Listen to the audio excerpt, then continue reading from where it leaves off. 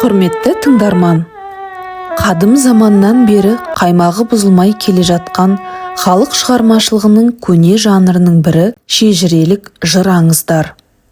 Жалпы қазақ шежіресі ру тайпа, ұлыс, ұлт шежіресі, төрелер мен қожалар, төлеңгіттер шежіресі болып жіктелетіні белгілі.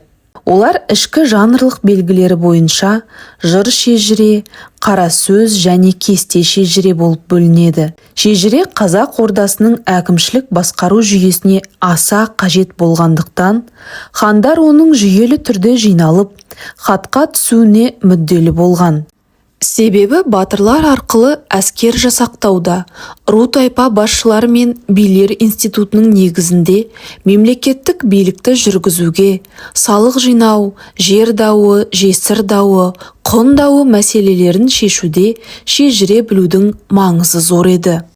Ұрпақтан ұрпаққа ауызша таралып келген шежіре аңыздар қазақ халқының сан ғасырлық тарихнамасы, тұтас бір ұлттың өсу-өрбу жолдары. Алдымен әр тайпаның, рудың, аталықтың кесте шежіресі, соған байланысты аңыздар қара сөз күйінде атадан балаға жетіп, өзге нұсқалары арқылы толығып отырды. Кейін ру ақсақалдарынан естіген шежірелік жүйе мен аңыздарды ақын жыраулар, жыршылар өлең жырға айналдырып, ел ішіне таратып келген. Олардың көпшілігі арнайы бір сюжеттік желіге құрылмай, қазақтың түп тегінен жырлаушының өзіне дейінгі шежіре тізбектеліп, жыр үлгісіне түсірілген. Алайда ата тегін, олардың тыныс тіршілігін, қоғамдағы атқарған рөлін, қадір қасиеттерін, болмаса ерлік істері мен елі үшін атқарған елеулі еңбектерін көркем бейнелейтін тұстары да кездесіп отырады. Бүгін сіздердің назарларыңызға Жақсылық Төлепұлының «Қазақ шежіресі» атты туындысын ұсынамын. Заманда ел билеген хандар өткен, толғауы жоқ тоң мойын жандар өткен, хат танымас қазынадан халық қанап, аң патшасы арыстан түсті бетпен. Хан атаққа мәз болып жарлық шашқан, заң зәкүн жол жораны байқамастан, бас салған, басын салған, қанға малған, кімде-кім қарсыласса қайрат асқан. Жеңген елін жерін алып жеңілгеннің, қонысынан аударып орнын басқан, әлі аздар атының басына ен жаққа елсіз ессіз ауып қашқан. Хан болды халық ішінде қадірменді, жауласа бір хан менен өзі теңді. Батыр көп басталды, бауыздады, әйткен менен артынан қауіп төнді. Серттесе сескендірген бірін бірі, байқалар бас теңессе қайсы сірі, екі ердің ерегессе бір өлмей ме, кете ме кектескеннен көңіл кірі. Қазақ халқы қажырлы ел әуел бастан, Қытай, Моңғол елімен көп жауласқан. Басында түрік, татар, қазақ, созақ, ел екен бірге өскен, араласқан. Күн шығыс лықылдаған елге толды, Алтайдың алабында көшіп қонды, тел өсіп, мал мен жаны жерге сыймай, қоныс үшін таласып, соғыс болды. Сол соғыста Қытай мен Моңғол жеңді, Алтайдан аса қуды біздің елді, жеңілген ел жетім мен жесір болып, бері асып Енесей мен Байқал көлді. Неше ғасыр өткізді сонда жүріп, ер жетті ел көбейіп, әскер құрып, Алтайдан қалың қолмен ара асты, Моңғолды Қытай менен шаппақ болып. Сол күнде елді жүрген түрік бастап, ор қазып көрсетпестей жауып тастап, жау әскері жабылып қуған кезде, сол ордан қорыққансып өте қашпақ.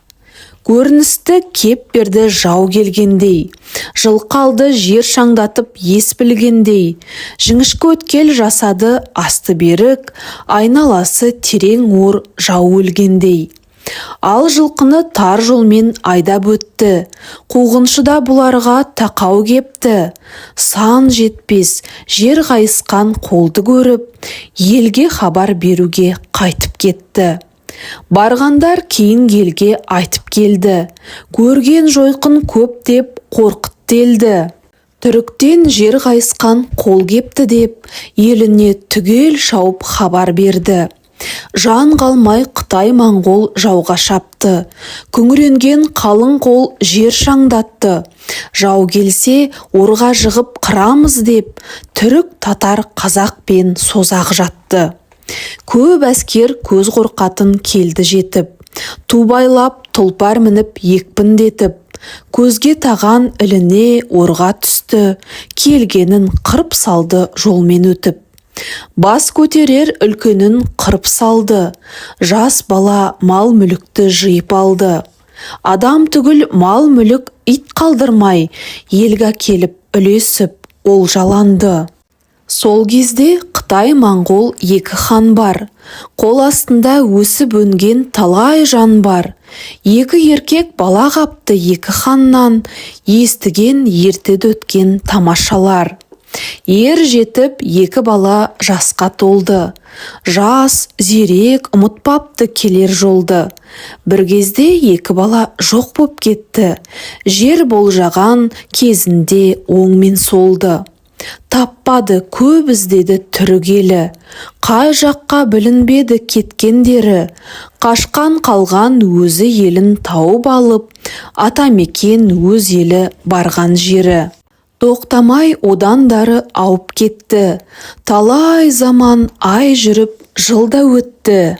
Алатауды аралап жан бармайтын, күн көрінбес бір шатқа барып жетті. 400 жыл мекен етті сонда барып. Нұрынан ай мен күннің көрмей жарық. Мал мен жан оған сыймай өсіп өнді. Кең жерге шықпақ болды жолын тауып. Қағу соғу көрместен еркін өсті.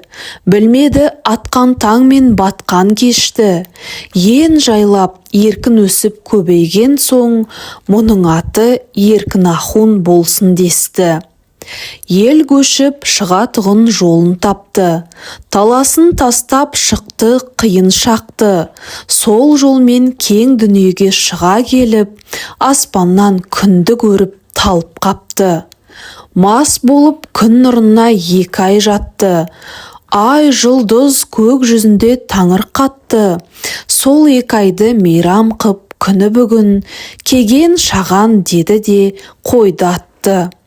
Кең жерді кесе басып жүре берді. Өзеннен тауып өтіп өткелдерді. Жер шырайын жобалап жете жүріп, Алтайға ауған елдің алды келді. Олар келді, мұндағы ел оны көрді. Замана 9 сәна себептері. Түрік татар береме Алтайды оңай, неше ғасыр мекен деп жүрген жерді. Қызғаншақ 2 елге кірді тағы. Кімде кімнің сенгені күш баяғы. Ары кет, бері келме деушілікпен, тағы да соғыс болды сөз аяғы. Соғысып Қытай моңғол қайта жеңді. Айдады Алтай таудан біздің елді. Түрік, татар, қазақ пен созақ елі батысқа күншығыстан ауып еді. Сарыарқа ен жерге ауып келді. Мекенінен кетірді сонша мелді. Бас қосып, ақылдасып ел ауғанда, Балқан тауға барамыз десіп еді. Ауған ел күн батысқа бармақ болды. Жүре көріп таппақ боп барар жолды. Мен осында қалам деп созақ елі, қимай қалды Сарыарқа салқын белді. Түрік, татар, қазаққа ермей қалды. Сайлап алды ішінен ойрат ханды. Мен мұнда қалмақпын деген сөзден, қалмақ деген атақты содан алды.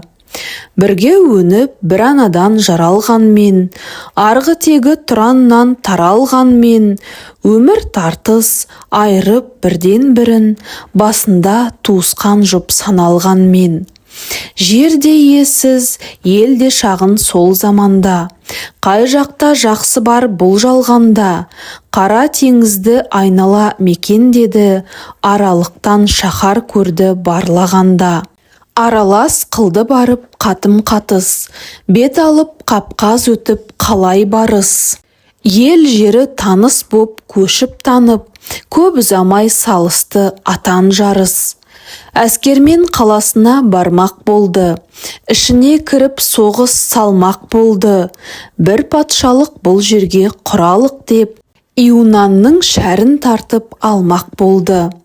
Осы шаһар Стамбул Зарқұм салған, Зарқұмды жеңіп әлі тартып алған. 7 қабат соғысып, 7 ел алып, 700 жыл 7 жұрт патша болған. Келе кіріп Стамбулға соғыс салды, елін қырып патшаның басын алды. Қалған Иунан қашып кетті ағылшынға, патшалық құрып түрік орнап қалды. Осы сөз түрік жазған тарих сөзі, білген жанға тасы емес жердің жүзі. Түріктің Стамбулды меңгергені ғасырдың 12-ші орта кезі. Қазақ келіп Қырымнан қала салды, жайылымға тастады қостан малды. Шәрлі болған малды болмайды деп, кең жер іздеп таппақ боп аралады. Аттанып әскерменен Балқан барды, салынған аралады қалаларды. Отырықшы қалада ел ен қалған, кең дала малға жайлы таба алмады. Батырлар жер таппайды қайтып келді, елсіз ен жоқтығын айтып келді.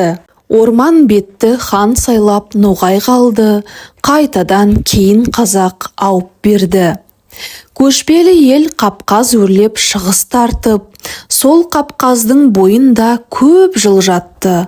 Олай-бұлай ел ұйтқып толқығанда, бөлініп әрбір тасы сонда қапты. Ауған, орыс, Қытайда бар қазақтар, қалған қалып түрік пен татарларда. Араптың да ішінде қазақтар бар, Мекке барған жолыққан сапарларда. Орғып жүріп, олай барып, былай барып, отырықшы бола алмай қала салып, көшіп кетіп бытырап көбей алмай, көшкен сайын жұртында жырын қалып. Қайбар патша Мұхаммедпен соғыс салған, Ромның тарихында жазылып қалған. 40 000 әскерменен тұрды өріп, мезгіл екен сол кезде қажып қалған. Екі жұрт жеңіс алмай жатқан кезде, үстіне 90 қазақ батыр барған. Батыр деп, ер деп те осыларды айт, тарихта жоғалмастай аты қалған. Алдынан араб шапқан бізге кел деп, ер болсаң әскер азға көмек бер деп, азға көмек дегені жөн екен деп, 90 ер жауға шапты кеуде кернеп. Қайбардың әскеріне қарсы барды, 90 батыр 1000 санға ойран салды. Бетке келгенді беттетпей талқан қылып, туын жығып шаһарын шауып алды. Көп олжаны алды да жүріп кетті. Жол тартты елге қарай түзеп бетті. Жанын алып Мұхаммед 90 ерді. Мыналар өзі бек екен депті. Өзбек деген ат содан қапты. Үйіп қойып көп олжа үлесіпті. Үлгі боп сөйленетін ірі сөз көп. Қалмаған мақал болып арғыдан кеп. Мына сөз бекер босқа айтылмайды. Өзбек өз ағам сарт садағам деп. Шолғыншы сол жолында Балқан барған. Сөз тозбайды осса да миллион заман. Барар жерің Балқан тау, о да біздің көрген тау деп. Қазаққа осы мақал содан қалған. 90 ердің біреуі білгір шешен. Мұхаммедпен сөйлескен сол ерекен. Мені өзі бек атады Мұхаммед деп, бектік атты ол да тәуір көрген екен. Бұл атты бұлар да тәуір көрді. Есіртпей ме мақтау сөз аңғал ерді. Бұл атқа басқалары таласпады. Өзбек деген атты соған берді. Ол өсіп өз алдына бір топ ел боп, өзбек елі атанып жүре берді. Бір білгір өзбектен тағы шығып, басшылықты көп берген елге ерген. Қайтадан арқа оға сөз байлады, айтысқан соң сертінен бір таймады. Оқыған сөзге шешен адам екен, әлгі өзбекті ішінен хан сайлады. Жақсы жайды таба алмай батыс жақтан, тұрақсыз өмір ұқсас судай аққан. Малға жайлы батыстан жер таба алмай, айналып сарыарқаны қайта тапқан. Не дәуір жүрді қазақ жайық жайлап, жауласқан 9 жұртпен қару сайлап. Солардың біріне де бағынған жоқ, арланып аса соғып қаны қайнап. Қазақтың тұңғыш ханы Өзбек хан, оқыған, білімі бар саналы жан. Атақты осы өзбек ел бастаған, 12 ғасырда хан сайланған. Түрік ханның баласы Алаш атты, оқыған, терең ойлы мағлұм атты. Өзбек хан өлгеннен соң сол хан болды, Алаша деп алыпты Алаш атты. Арқаға Алаш екен алғаш келген, әлемге Алаш аты белгіленген. Қазақтың мақалы бар сондықтан да, Алаш, Алаш, керегем ағаш деген. Орнаған қазақ елі кеңгірге кеп, Алаш, Жошы, Домбауыл 3 хан өлген. Қуа санап келгенде тарих жолын, тоқтамыс едігелер одан бермен. 3 ханға да қызыл тастан күмбез соқты, одан бері 7 ғасыр өтті. Ел көбейіп, мал сыймай ен далаға, мал екең туғызбай ма ол да жақты. Арқаны аңсап келген қазақ елі, басында баяндалды барған жері. Қырымнан қыр, жайықтан жай таба алмай, қайта келіп сарыарқаны мекендеді қазақ елі. Өскен жер ұлы жері, малы, төлі, салқын бел самал желі шалқар көлі. Көк қасқа бетегесі мың жусаны, Алтайда ат семірткен көксегені. Отырықшы қалалы ел боп қалған, кең дала малға жайлы таба алмады. Батырлар жер таба алмай қайтып келді, елсіз ен жоқтығын айтып келді. Орман бетті хан сайлап татар қалды, қайтадан кейін қазақ ауып берді. Көшкен ел Қапқаз өрлеп шығыс тартты, сол Қапқаздың бойында көп жыл жатты. Алайда ел ұйтқып толқығанда, бөлініп әрбір табы сонда қапты. Ауған, үнді, Қытайда бар қазақтар, қалған сіңіп түрік пен татарда да.